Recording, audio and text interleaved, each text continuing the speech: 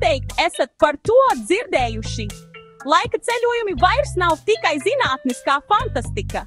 Viss ir atkarīgs no laika palēnināšanas.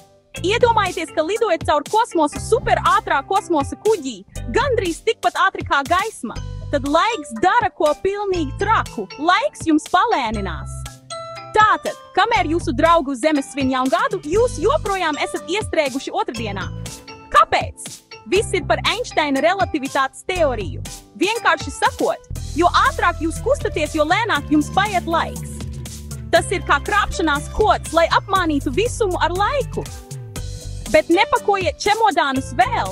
Mēs joprojām strādājam pie kosmosa kuģu izveides, kas varētu lidot ar gaismas ātrumu. Līdz tam laikam jums vienkārši jābauda dzīve normālā ātrumā. Kurš gan būtu domājis, ka fizika var būt tik aizraujoša? Nākamreiz, kad kavēsiet, varat vainot laika dilatāciju. Uz redzēšanos, laika ceļotāji!